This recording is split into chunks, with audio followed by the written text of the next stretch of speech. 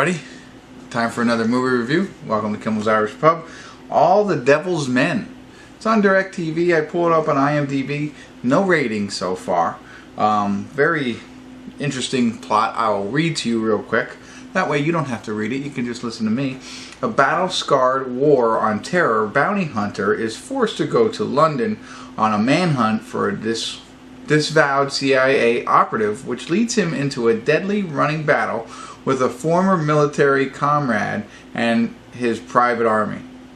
Only one comma in that whole sentence. So, I don't know. Interesting, like CIA military action movie is what it's really about. Again, no rating so far. William Fichtner was in it. Prison Break. Remember him? Prison Break. Awesome. Anybody else I recognize? Not really. So, we'll get into it a little bit here. And I'll see if I recognize anybody. I probably will. And let you know. And see what really the plot's about. And see if it's worth watching and renting on DirecTV. So, stick around. I'll be back. Hey everybody. We're at the credits of All the Devil's Men. Yes, no check-ins tonight. It's not needed. Really a B type film. Besides the actor that I mentioned in the beginning, there's really nobody else I really recognize. One guy kind of looks like Luke Helmsworth, but he's not.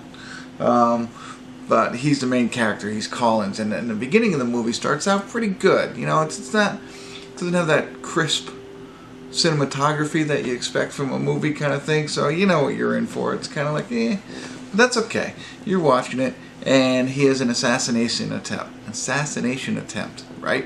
And then what he does is kind of cool the way that he does it. So I'm like, okay, this could be interesting. You know, we've seen a lot of war, CIA, military type movies, action. That's all we're really looking for here. And you know, you're looking for some cool stuff, and it starts out good.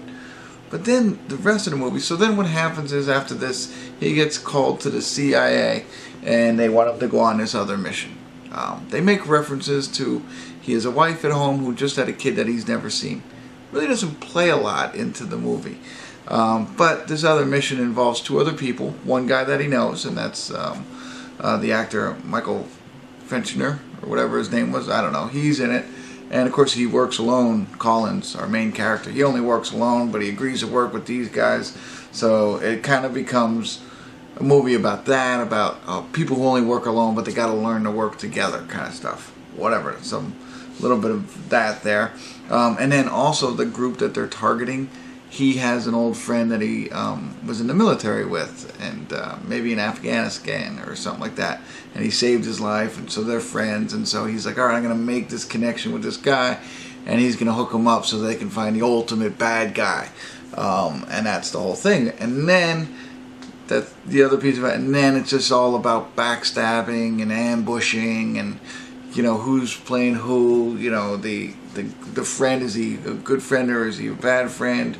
And there's all this kind of stuff that they try and do twists and turns, which are just terribly obvious and just poorly executed. Really poorly executed. I mean, most of the film was like an old-fashioned gunfight in open fields and behind burnt cars and stuff like that. Not the CIA, Navy SEAL type fighting that you would expect to see. There is one scene where he gets, Collins, our main character, gets trapped.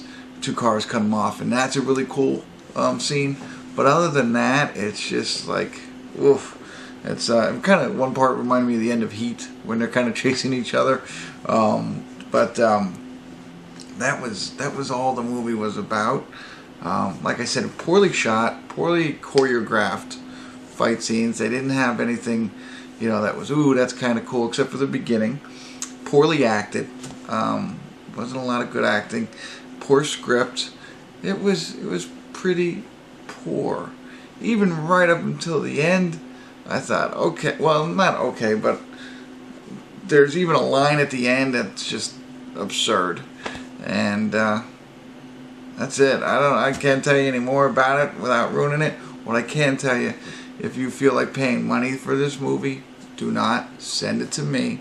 Let me know. I'll give you my PayPal account. You can go ahead and send me money that you would normally have spent on this. Do not waste any money on this unless you have a friend or a family member who's in this movie, and if so, I apologize, but they're going to make money off it anyway, even if I give it a bad review. So, I recommend that, or go out and have something to eat or something like that. Don't watch this movie. If you want to watch this movie, watch it when it's free. Absolutely free. And free of commercials. You don't even want to watch commercials. You don't want to waste your time on advertisements on this. So, you got to see it when it's free. That's it. I've rambled on a little bit. Ooh, what would I give it? Thanks for asking. I'm like almost at a 3. I don't know if I've given a 3 before. 3 because it cost so much on DirecTV. But 4 if I would have watched it for free. What do you think of that? I don't know. You get it, right? So don't watch it. Or make sure it's free when you do. And you have absolutely nothing else to do. Thanks for tuning in. Kimmel's Irish Pub.